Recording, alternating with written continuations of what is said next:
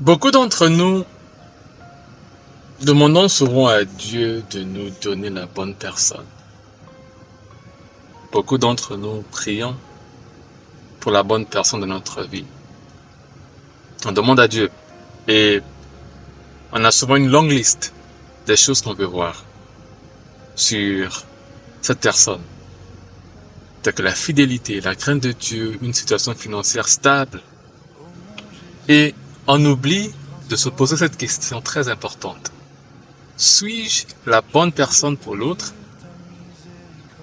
Parce que cette liste que tu présentes à Dieu, que tu veux voir sur ton partenaire ou ta partenaire, est-ce que tu incarnes ces caractères en fait?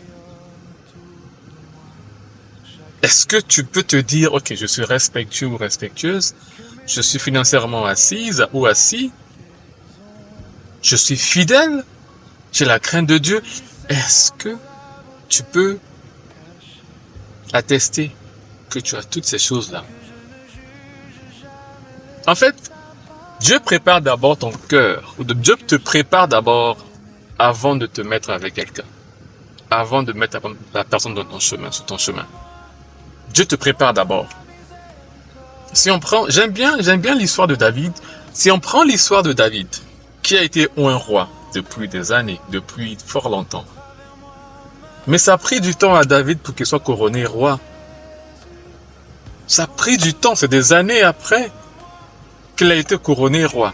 Alors que dans le temps, depuis longtemps, il a été un roi. Dieu a préparé le cœur de David. Dieu a préparé, en fait, la confiance de David, son humilité. Dieu a pris ces années pour préparer David. C'est la même chose pour toi. Tu jeûnes et tu pries, mais dans ton cœur, tu as encore les blessures du passé. Tu n'arrives pas à passer à autre chose. Dans ton cœur, tu es colérique. Dans ton cœur, tu as du mal à pardonner. Dans ton cœur, tu es impoli. Comment est-ce que tu veux que, avec tout ce bagage que tu as, rencontrer quelqu'un qui a déjà ces caractères-là? Mais tu vas blesser la personne. Donc laisse le temps à Dieu de te préparer. Prépare-toi, travaille sur toi, fais une introspection avant que tu ne rencontres cette personne-là. Ce que je sais, les bonnes relations marchent bien avec ceux qui veulent grandir ensemble, avec ceux qui veulent évoluer. Si toi tu es agrippé sur ton passé, tu ne fais plus confiance aux gens, tu ne fais plus confiance aux femmes ou aux hommes, et tu veux que celui qui va venir puisse te faire confiance. En fait, ça n'a pas de sens pour moi. Si tu ne me fais pas confiance, je ne ferai pas confiance. Donc avant que tu te mettes avec quelqu'un qui est fidèle, qui te fera confiance, commence d'abord à travailler sur toi, sur ta confiance. Commence à travailler sur toi. Tu vois nos sœurs, nos frères prier, chose qui est bien, pour un futur mariage. Mais lorsque tu vois leur vie,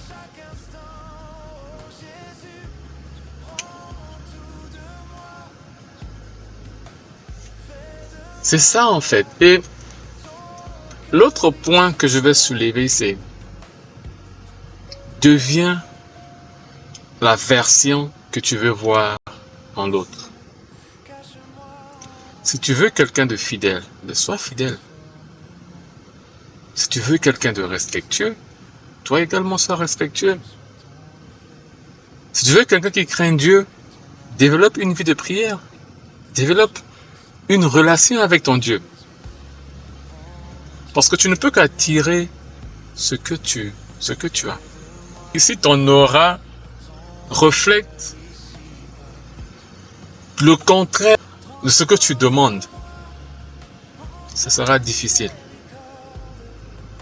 On dit souvent que les oiseaux de même plumage volent ensemble. Donc si tu veux quelqu'un de sérieux, quelqu'un de fidèle, Quelqu'un qui craint Dieu, tu dois refléter ses caractères,